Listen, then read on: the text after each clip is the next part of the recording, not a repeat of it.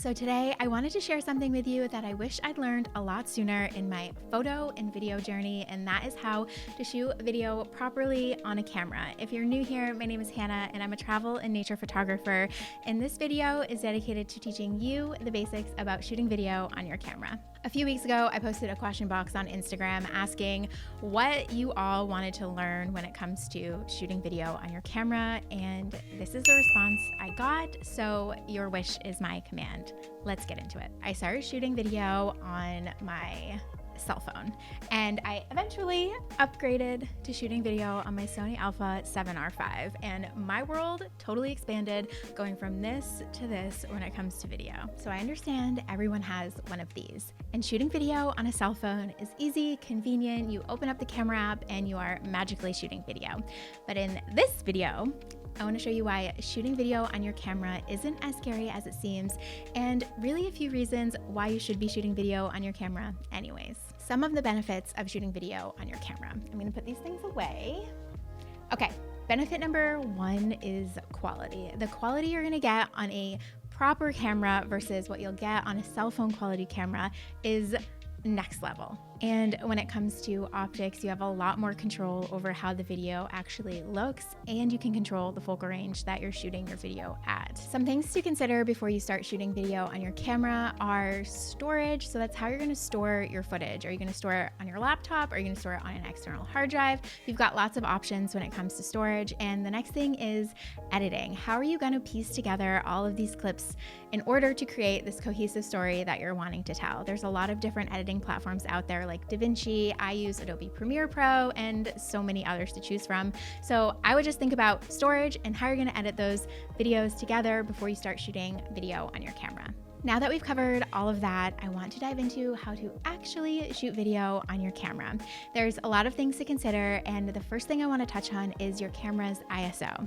The ISO controls how sensitive your camera's sensor is to the light that's coming into it. So essentially, that means the higher your ISO is, the more sensitive your camera is to the light that's coming into it. And on the other end, the lower the ISO is, the less sensitive your camera sensor is to the light that's coming into it. And with that, every camera has a base ISO. And what you need to know about base ISO is this is when your camera is going to perform at its best. So to maximize the image quality coming out of your camera when you're shooting video, be sure to stay at your base ISO. And if you don't know your camera's base ISO, I'm sure it's just a quick Google search away. Next thing I want to cover is shutter speed. And just like in photography, your shutter speed is going to control how long your camera's sensor is open to the light that's coming into it. And this is the most common thing that I see people get wrong when they're shooting video. A general rule of thumb when it comes to shutter speed when shooting video on your camera is your shutter speed needs to be double your frame rate. So that means if you're shooting at 24 frames per second, your shutter speed needs to be 1/48th or 1/50th. If you're shooting at 30 frames per second, your shutter speed needs to be 1/60th.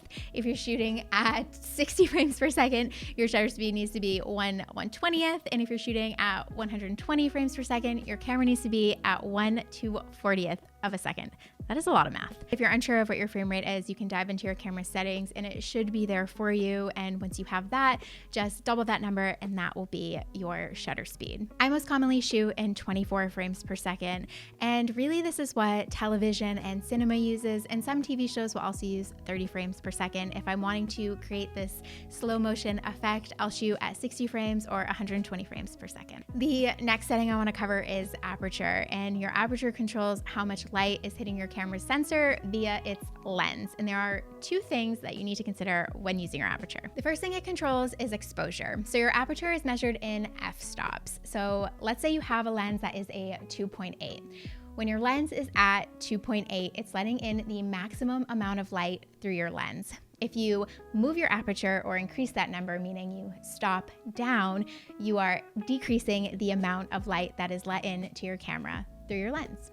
So the higher the number, the less light, and the lower the number, the more light is let into your camera through its lens. The second thing your aperture controls is depth of field, and this is the focal plane or how much of your image is in focus. Back to that 2.8 reference, say you're shooting at 2.8. This is known as wide open, so that is your maximum aperture. This means that if you're shooting at 2.8, the less of your image is in focus.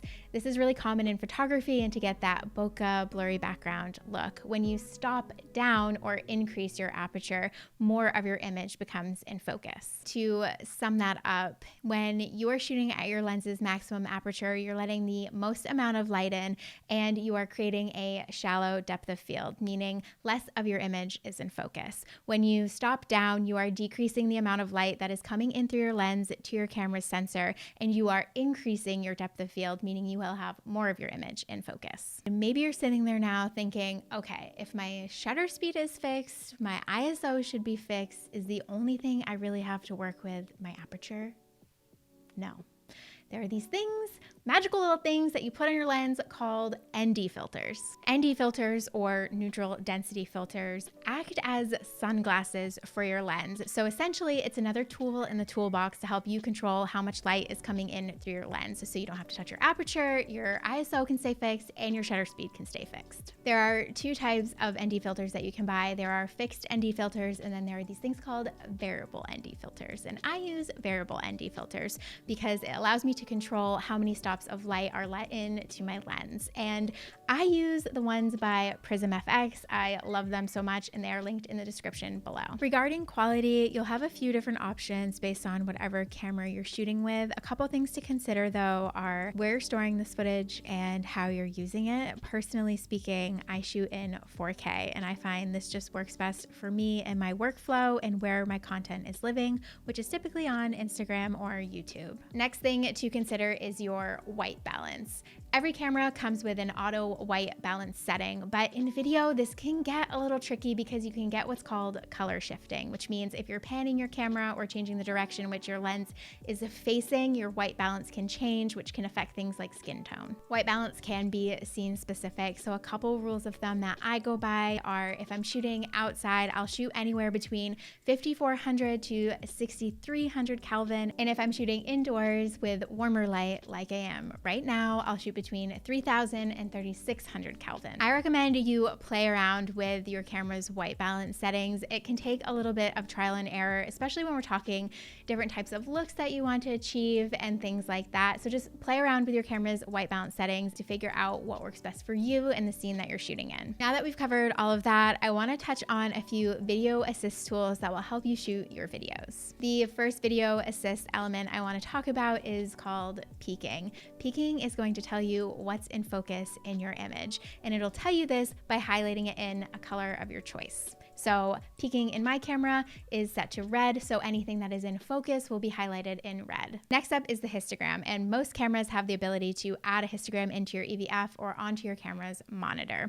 And a histogram tells you how your image is exposed. So on the left side of the histogram, you're going to have your darkest darks of your image, and then as you move to the right side of the histogram, it's going to be the lighter portions of your image. If you want to learn more about how to read a histogram, what it is and what it does, I will link a video up here and you can dive into that. Next video assist feature is zebras, and zebras are helpful when we're talking exposure because it's telling us which parts of our image fall within a certain percentage of exposure, and we set this percentage in our camera's zebra menu. So if you want to keep your highlights at 95%, then you'll set your zebras to 95. And when your zebras are turned on, black and white lines will flash over that part of the video. The last video assist setting I want to talk about is focus magnification.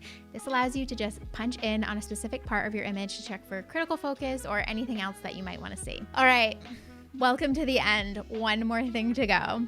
And that is picture profiles. We understand our camera settings and we have our video assist features turned on. Now we're talking all things color. Picture profiles are how your camera is interpreting color. There are a lot of different picture profiles on all kinds of different cameras. Depending on your camera manufacturer, you might have a cine picture profile, or you might have a tungsten one, a black and white one for sports. There are so many different picture profiles out there, so just choose one that works best for you. Personally speaking, I use what is called sLog. That is Sony's log picture profile.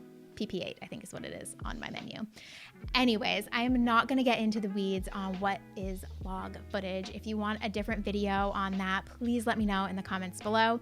But I choose this because it allows me the most dynamic range and most control when we're talking post-processing. Wow, deep exhale. That is all things you need to know for shooting video on your camera as a beginner. I hope you found it helpful, and if you have any further questions or maybe something wasn't clear to you, please let me know down below. As always, thank you so much for watching, and I will catch you in the next one.